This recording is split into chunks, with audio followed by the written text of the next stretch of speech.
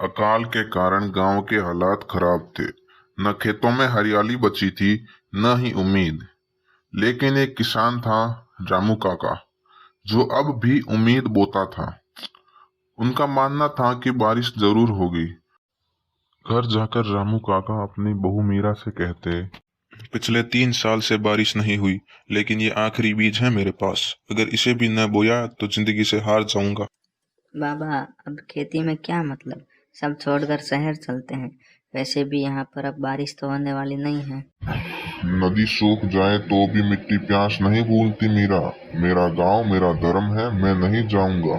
रामू काका अपने खेत की ओर जाते हैं और अपना आखिरी बीज भी खेत में बोकर आसमान की ओर देखते हैं।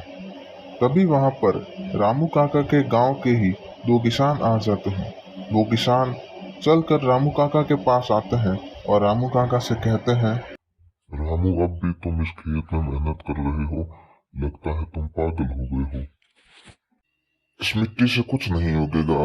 अब इसे कोई चमत्कार ही बचा सकता है। रात को रामू और मीरा सो रहे थे।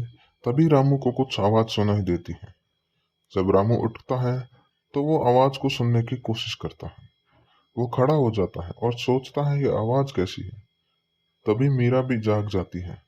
मीरा उठकर खिड़की के पास जाकर देखती है और कहती है, बाबा, लगता है बाहर जोरदार बारिश हो रही है। इतना सुनकर रामू काका और मीरा नाचने लगते हैं, मानो उनको नया जीवन मिल गया हो। अगले दिन मीरा कहती है, बाबा, कल रात की बारिश से आपकी फसल जरूर उगेगी। बेटा, मैंने सिर्फ बीज नहीं बोया था, मैंने उम्मीद बोई थी, उम्मीद। मुझे विश्वास था कि बारिश जरूर होगी। कुछ महीने बाद रामू काका की फसल पूरे गांव में लहराने लगी। गांव वाले रामू काका की फसल देखकर दंग रह गए।